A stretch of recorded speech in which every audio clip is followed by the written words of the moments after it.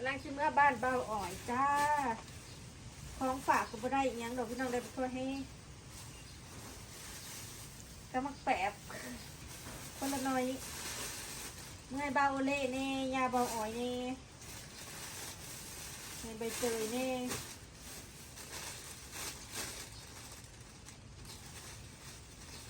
เดี๋ยวชิมเมื่อแวะให้แต่ละเจ้าปันกันคนละหน่อยห้ามไปเดินเมื่อดุนเลยได้เนาะแล้วก็ชิมเมื่อนั่งเล่นน้ำบอลเลยจักหน่อยพี่น้องสบายดีเด้อพี่น้องจ้ายินดีต้อนรับเข้าสู่ช่องสลอยเด้อพี่น้องช่วงสายๆเนาะพี่แม่ก็อลิสกับจะพากันครบอยู่ใส่เพิ่นไห้เขาเห็นพ่อเห็นแม่สิไปนะไห้แล้วดู หอดแล้วพี่น้องครัวบ้านบอยครัวหวยครอบ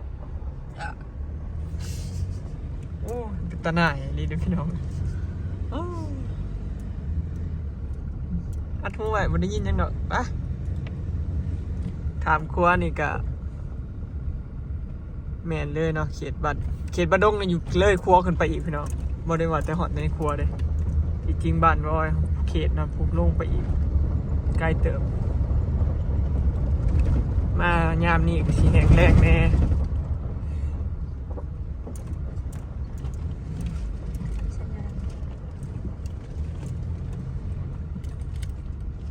เดี๋ยวพอกันอยู่เพื่อนบอยเพื่อนผู้เจ้ามึงไปใส่เขาไปใส่เบิร์ดไม่มีใครอยู่ได้เงียบ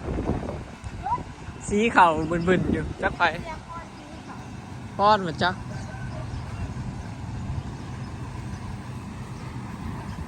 มึงด้วยหมูคุณมีอยู่บ่หมูเพิ่นได้ลูกอยู่บ่เรียกว่าบ่มีล่ะเรียกบ่มีหมูคุณโอ้4 โตหมูไผอ่ะนี่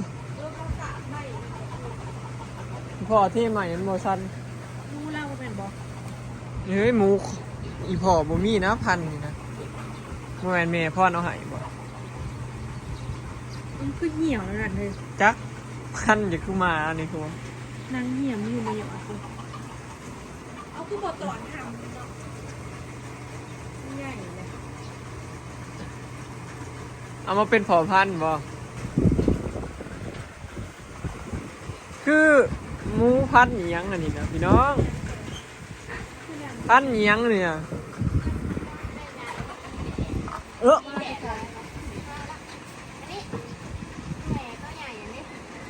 ฮะลูกมันนะนี่เอามันคือเป็นอันนี้พอพันธุ์อิหยังนี่ ตอนทำเลยนะตลอดจ้ะใส่ลงน้ำกันหาใส่รองทคือนางเหี่ยวมันหยอกมันเหี่ยวำยังแก้ได้อยู่เนี่ยผ่าออกมันเจ็บได้เอาแปบมาฝาก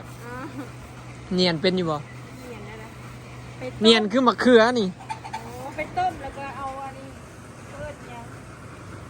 ก้างเอาแต่อันนี้มัน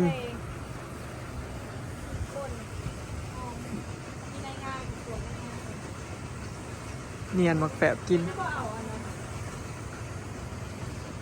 มันอ่อยนะคุ้นไว้บนนี้นะมันอ่อยมันมักกอกก็ได้ได้4 โตนี่มาลูกนางมันนะมันอ่อยเขาทาผิวนั่นของเด็กหน่อยมันเจ็บได้ค่ะเลยมันเป็นสารเสพเป็นของครูเป็นโรคเหี่ยวเหี่ยวเดี๋ยวแนวมันหยุดนะโอ้ยลูกอีหอมเห็ดข่อยละยาอีเอ็นอีอะก็อีแอม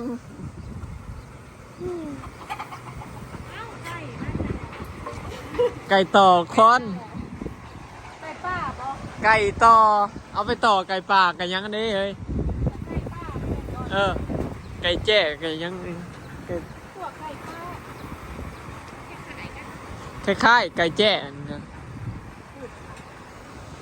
ฮะโอ้ขอในจักโตนี่ไก่จักโตไก่ต่อมี3บ่โอ้ยืมโตไปต้มนะ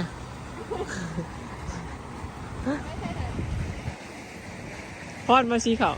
อีพอไม่ใช่ ต้องแกงกับมัน ฮะ แล้วแกงกับมัน ออกนะออกน้องมี่คะแนนนี่ แก้วน้ำหูแล้วแกงกับมัน ฮะ แก้วน้ำผัดไทย ไปเอาน้ำเสียว ต้องอยากท่าท่องให้มันอยู่ เคยบอกว่าญาติมันเจ็บแล้วก็ไม่ได้ชา สิเจ็บยันมัดมันลายไปแล้วล่ะ ที่แต่ทา จะ แ อ้วน ลูกอีหอม ช่างวิตามินเท่านั้น ลูกอีหอมนี่ ยืดสิหนอ ยื้อคือกันมึงนั่นน่ะยศโอ้ยอย่าเฮ็ดอู้หู มุนก็ชองยด มาสอบเหมือนพ่อหนุ่มทอดสีเขาพี่น้อง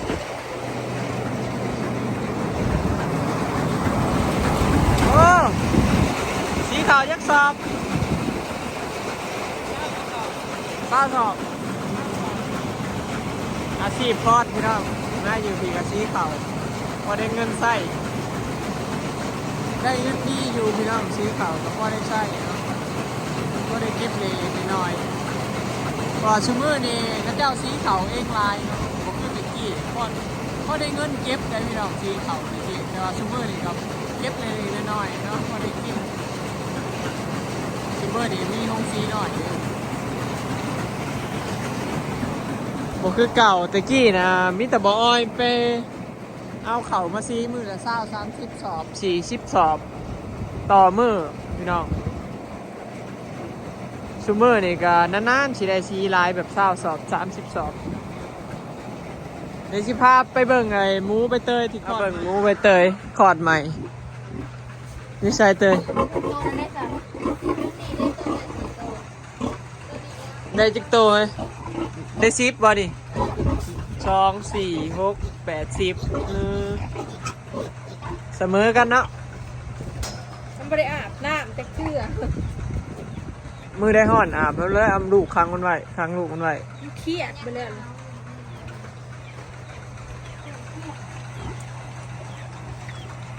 เสมอกันนี่ตัวงามๆเลย ชมวัน คุ้นไว้เบิร์ดบหรือคายนี่ วันที่ขึ้นคล้ายเหมือนคล้ายตัวละพัน ตัวละ1,000ตัวละ800ยังบ่มีคนซื้อ เลือกแล้วเลือกอีก ที่ลายนี่ขายเดี๋ยวขายใคร ตัวละพันนี้มันได้ขาย ถึงแต่ค่านี่คือราคามันลาย เต้ยอันนี้นะมันยากนี่นะเทพื้นอีกให้มันสูงกว่าพื้นแม่มันสิบ่เปื้อน เวลาโตอาบน้ำให้แม่มันน่ะลูกมันค้างไว้มันจักสีน้ำบ่ไหลลง เขาไม่ค่อยได้อาบที่แล้ว เวลาแม่มันขี่มันเหี่ยวมันก็สิบ่ไหลลงเด้ลูกมันสิเจ็บท้องคักแต่ตามันหมอนี่เฮ้ยคักแต่ตาหมอตางามคือนางมังมีของเฮาเนี่ยพี่น้องมีแต่2แม่นี่หมูน่ะตัวนี้ได้ตัวนี้บ่ตัวได้4ตัวน่ะโอ้ ยาวเนาะ ยาว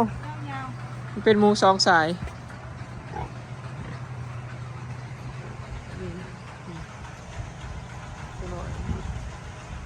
หมูอีพอนี่มีแต่หมู2 สาย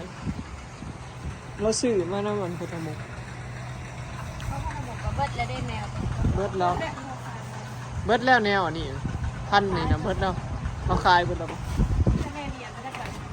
จักมีแต่คนละพันกับอันนี้ ส่วนไรไทยเรียนมาก็แม่เรียนท่านเรียนเลยมันได้ลูกบ่ค่อยลายแล้วเขาเรียนเอาแล้ว มันได้รูปบ่ค่อยลาย มันได้ลายผู้ที่เข้าไปมันจะได้ลายแม่เบียดมันลูกนก ชิปลายเช้า ออกมาผัดกระบะแม่บ่มีเรามีกินนะ ของเราน่ะมันตายเบิด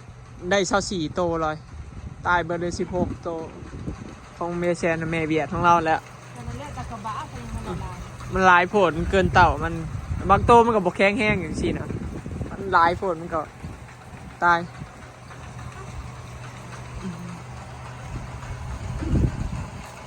เฮ้ยเลี้ยงลูกดีอยู่ ขอกซอง ฮะ ขอกซอง ได้รอบที่2บ่นี่รอบแรกได้จากโตซื้อออกมาเนาะ ฮอดเรือน2เท่านี่ล่ะ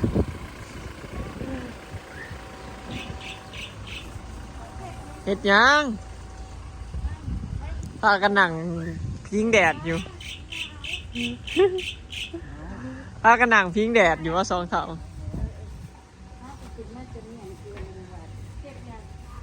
เอาบุญบ่ไอ้มะเขือแห้งไม่กินตำเมีย นี่เนี่ยหาย นี่มะ แล้ แก้ ว มอ่อนนะเนี่ย กับข้าวก็ไปฝึกแล้ว บริเดทหูมาแล้ว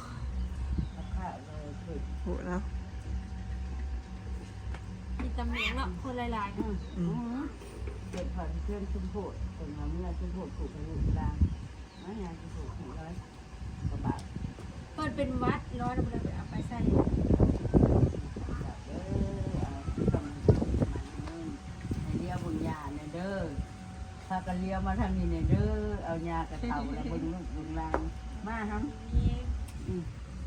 หายชุมโพดผุนว่าเมื่อทักไหวผูกลูกหลานอ้าวบางครั้งตั้งมุกตั้งใจเด้อ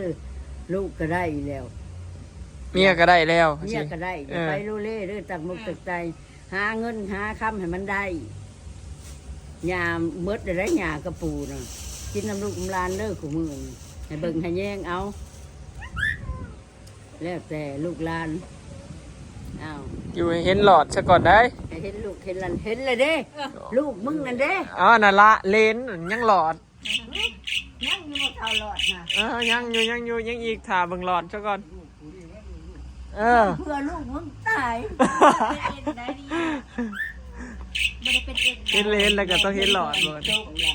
เขากินพวกเรียบกินกระปุน นี่นะ เขากินกับลาบปูละปะ ข้าวผัดนี่อ่ะ อันนี้เอาไปเนียนกินมันแซ่บได้สุ ใน ก งามีบ่ ง่ายง่ายเขาวอนคนเขาได้ดอกนั่น ลองเบิ่ง มันไม่ได้เป็นเอ็นได้อาจารย์ แซ่บคือหนวดเนียนมะเขือนี่น่ะ ข้าวผัดหมักในแกงเนี่ย มันสิออกมัน พี่โบ๊ทจอด ถ้ามันดื้อแล้วหายมาดื้ออย่าให้มันกินกระตุ้น ๆโอ้ยบ่เคยดื้อดอก บ่พักดอกหญ้าใช้ผู้น้อยเด้ พุ่นน้อยลมหนาวมันเอามา แห้งได้ชุดถ่ายเลยมิจะบักอ้อยก็เจออย่างนั้นใครกับไปเบิ่ง เอาพักหน่อย บ่พังดึงข้อมันไว้ มาเอาครับ มาเอาห้ำหรือก็บ่ได้มาแหวะเล่นน้ำปูกันยาพี่น้องนี่ไปอีบ่ไปเบิ่งหมอลำเรื่องนั่น นี่บ่ เขาว่าสิมีอยู่ มีหรือบ่ แต่บ่จัก คืออาเห็นเขาโพสต์นะวงดนตรีบ่ วงดนตรีเนี่ยมือมีชัวร์แต่ว่าหมอลำเรื่องนี่บ่แน่ บ่ลำเรื่องมันเคยสิมาบ่ มื้อนะกะ บ่มีดอก ไม่ทันบ่มีอยู่จ้ะ ลงแต่ เขา เนาะ เขาโทษน้ำ มีแล้ว ป่ว บ่ ยอี เลิ โน กงานบ่พา ดูหน้าว่าให้มาบึ้มคนโบราณแบบบกุ้งขาผัดอีต้นลูกเล่นเล่นน้ำมูเกินคู อืมไปหากินข้าวปุ้นเด้อ เบิ่งก่อน วันที่17ว่ะ เรียกมึงกูจะไปหากินนะ อีพอได้แก่ไปโลด ว่าบ่สร้างทันบ่บึ้มมาไปให้กินจับแล้ว ในขาวในจะหวานในสวนยังได้อันนี้นะมันได้ มา มา ไล่ แล้ว เถื่อ นะ ก่อน มันบ่ได้ตายได้ยากคณะวนน้ำมันกินแล้วแม่นนั่นแหละเป็นดอกไปเลยนี่ปีน่ะอันมีบ่ได้มักขุ่นบ่ได้ดอก เบิ่งจื้อเลิศ เอาผู้ ยังละคันเห็นเลิศจะจื้อเลิศสิไปอันเว้านะ ได้ อันนี้ลุงอันยังเกาะพวนป่านี่ลุงจันทร์โอ้ยกำลังคู่ขาเป็ดกันอยู่มาเด้อเหรอ ใส่มา เท่านั้นยัง เพราะประเทศอะไรกินกุ้งอ่ะ เห็นได้กินกุ้งนะ มาทางสิกินแถวนั้นมันแล้วช่วงน่าจะใช่ กินเนี่ยปิ้งบอกปิ้ง มะขามแล้วก็นั่นมากิน เห็นเรากินแซ่บอยู่กินกับ แต่ไรมือจะวนไปเดือนละห้าตัวตัว ปากกุ้งมาน้ำอีพอพี่น้องมือปีใหม่ เอามาจะใช้อะไร ชื่อปักซอง กูว่ากูรู้ว่าเขาฝากมาให้เขาจะคุ้ม ไม่ เท ได้ พ ว่า บอก อ้ ว่า อยอ้อยเบิ่มละ อืม อ้อยเอามาจะใช้พอวะซื้อ ชื่อแล้วเขากับปั้นกันมาตั้งแต่อีพอเนี่ยแล้วก็ทุกเจ้า ข้าเจ้าซื้อมาให้ญาติพี่น้องเนี่ย อืมชื่อมาเขาก็เลยแบ่งกัน ผักหรือว่ากินเบิร์ดทุกเมนูตัวใหญ่เห็น คุ้มแล้ววะกินทุกเมนู ทุกเมนูทั้งพัดทั้งย่างทั้งอบทั้งย่างสารพัด ชิมเฮาบางเถื่อกับก้อย โอ้ยเป็นเมื่อเคยเป็นแน่ เสียใด เคยก่อน ซอเฮาอันเฮา ซุกแล้วเอาขี้มันออก กรอบกาบ แล้วก็ก้อยคือก้อยกุ้งน้อยกุ้งฝอยนี่ เออ ล่างซาลาสิเกลือแล้วก็ รอบมึงแซ่บเนื้อมันนุ่มดิ มีแต่ปิ้งมีแต่ว่า ก็ว่าพัดโอเค เก็ด ว่า เ สมัย ก็ เก็ ด บ เบิดเลยดิ เลยอยากกินล่องแบบไหมเนาะก็ไอ้เบิ่ง ซื้ออยู่ที่ไม่แห้งลูกห ไอ้ ลาน เบิ่ง เด้อ ต้องมาส่งให้กลางคืน เอ้าก็เขาเฮาอันแล้วเวียกกลางคืนไปซื้อมาค่ำมื้อ ไปเอาก็ มั บ่ น กล้า ก็ ไป บ่ แล้ ได้ วก็ ป ได้ ลาวันนี้มันก็นี่นะได้มันกินปัดจดมากปัดก่อนให้อะหมอกองว่าโอเคว่ามันก็หูจักท่วมอยู่ว่าอ้อยกระปอนอยู่ พอมันกระปอนอยู่อีเอวกระปอนอยู่พอได้กิน ไอ้ ลู บุ๋ ก มเราเคยสิบ่พลาดดอก มดจุ้ยลงมากกระปอน อีพ่อน่ะสิไปอยู่แล้วปีแล้วเราก็ไปอยู่ ที่เราเขาไม่ได้ไป ฟังเบิ่ง ปีแล้วนี่อีพ่อบ่ได้ไปบ่ ที่แรกบุ้ยไพ่มาแล้วมันอยากลูกอันนี้ คันเราไปอัน ปีแล้วนี่บ่ได้เฮ็ดคือว่าเนาะ ก็สิไปสู่ เฮ็ดแต่ข้าวปุ้น ได้คันบักบึ้มไปกะเอา ปีแล้วนี่บ่แม่นบุญบ้านเฮาบ่มี บ่วางเถอะเราก็ ปีแล้วนี่นั่น ไอ้มันไปเบิ่งเฮือนนั่น บ่ ง คันเรา อย ชวนอ้อยคันเราชวนหมู่ขี่รถจักรไปก็สิชวนหมู่ขี่รถจักรติด ไปโลด คันบักบึ้มไกลน่ะ นายอีพ่อแล้วน่ะสิไปอยู่มันบอกเรา มันย่าน กันไปแต่บ่กล้าไปสองคนย่าน